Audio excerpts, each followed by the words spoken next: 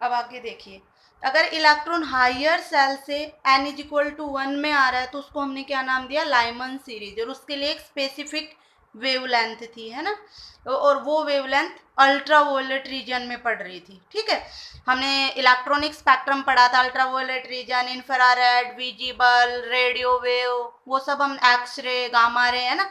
तो ये जो लाइमन सीरीज की वेवलेंथ थी वो यूवी में पड़ रही थी। ठीक है, उसके बाद अब हमने क्या देखा कि आप मान लीजिए इलेक्ट्रॉन आपका n इज इक्वल टू 2 में आया है हायर किसी भी ऑर्बिट से। ठीक है, मीन्स हमने n1 को क्या मान लिया, 2 मान लिया, और n2 आपका क्या हो सकता है, 3, 4, 5, 6, 7 इनफाइनाइट तक कुछ भी हो सकता है। मीन्स हायर किसी भी ऑर्बिट से वो कहाँ आएगा, n इज इक्वल टू 2 में आएगा। तो उस सीरीज को हमने नाम दिया बाल्मर सीरीज। ऐसे ही n इज इक्वल टू अगर 3 में आपका इलेक्ट्रॉन आए तो n1 आपका n इज इक्वल टू 3 हो गया, n2 आपका 4, 5, 6, 7 हायर इनफाइनाइट तक कुछ भी हो सकता है, उसको हमने पार्शियन सीरीज नाम दिया।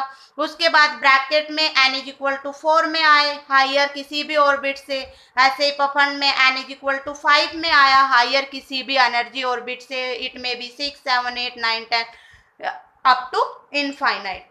तो जो हमारा इसी तरीके से फिर हमने देखा कि n इज इक्वल टू 1 में आ रहा है तो यूवी में वो स्पेक्ट्रम पड़ रहा है, यूवी में वो वेवलेंथ हमारी दिखाई पड़ रही है ना, बाल्मर में विजिबल में चला गया, ऐसे ही पार्शियन में इंफ्रा में चला गया, इंफ्रारेड, है ना।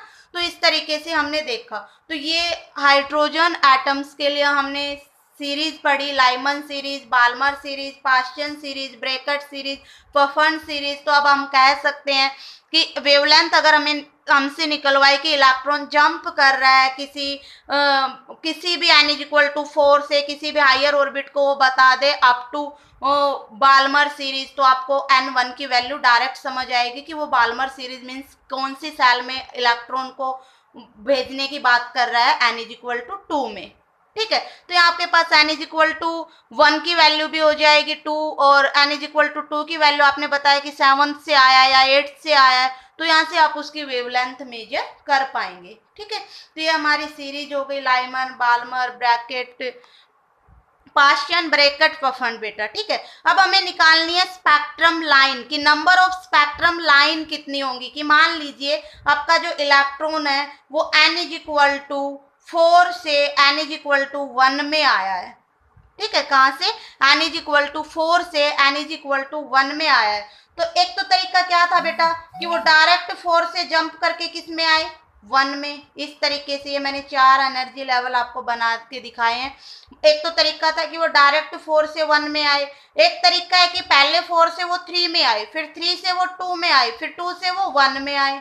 एक तरीका ये भी हो सकता है कि वो 4 से 2 में आए और फिर 2 से 1 में आए। ठीक है, एक तरीका ये भी हो सकता है कि वो 4 से 3 में आए और फिर 3 से डायरेक्ट 2 में आए। तो ये उसके पास कुछ तरीके थे जहां से वो n इज इक्वल टू 4 से n इज इक्वल टू 1 में आ सकता था। तो टोटल कितनी स्पेक्ट्रम लाइन यहाँ पे बनी, एक तो ये बनी बेटा, एक ये बनी 2, एक ये 3, एक ये 4, एक ये बनी 5। ये देखिए हम पहले यहाँ काउंट कर चुके हैं ना, ये वाली तो कितने हो गए, 1, 2, 3, 4, 5 हो गए हैं। ये वाली हम इधर काउंट कर चुके हैं, और एक ये, टोटल कितनी स्पेक्ट्रम लाइन हो गई, 6 स्पेक्ट्रम लाइन यहाँ पे फॉर्म हो जाएंगी। ठीक है, तो नंबर ऑफ स्पेक्ट्रम लाइन 6 हो गई। ऐसे n इज इक्वल टू 3 से अगर वो n इज इक्वल टू 1 में जाता तो n इज इक्वल टू 3 से एक तो इस तरीके से जा सकता था, एक इधर जाए फिर इधर जाए, तो टोटल 3 स्पेक्ट्रम लाइन हमारी यहाँ पे फॉर्म हो जाती। तो फॉर्मूला एक डायरेक्ट हमने निकाल लिया नंबर ऑफ स्पेक्ट्रम लाइन निकालने का, वो क्या है, n2 minus n1 into n2 minus n1 plus 1 divided by 2। Means अगर आपका 4 से 1 में आया, आपने काउंट करके देखा कितनी स्पेक्ट्रम लाइन है, यहाँ पे 6 बनेंगी। अब आप पुट करिए, n2 की वैल्यू क्या आ जाएगी आपके पास 4, और n1 की वैल्यू क्या है 1, क्योंकि 4 से 1 में आया है।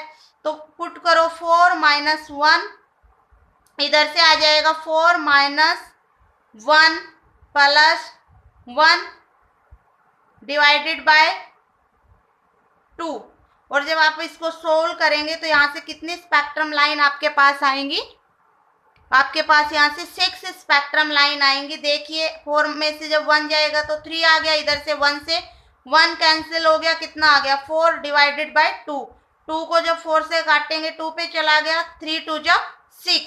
तो टोटल कितनी स्पेक्ट्रम लाइन आ गई आपके पास, 6 स्पेक्ट्रम लाइन आ गई। ठीक है, तो बार बार इस तरीके से कैलकुलेट करें, हो सकता है हम कैलकुलेट करते वक्त किसी लाइन को डबल काउंट कर लें, तो इसको डायरेक्ट स्पेक्ट्रम लाइन निकालने का एक फॉर्मूला हो गया n2 minus n1 into n2 minus n1 plus 1 divided by 2। n2 आपका हायर जो भी ऑर्बिटल है वो रहेगा, n1 जिस ऑर्बिट में आप उस इलेक्ट्रॉन को लेके आ रहे हैं वैल्यू पुट करेंगे और आपकी स्पेक्ट्रल लाइन आ जाएंगी।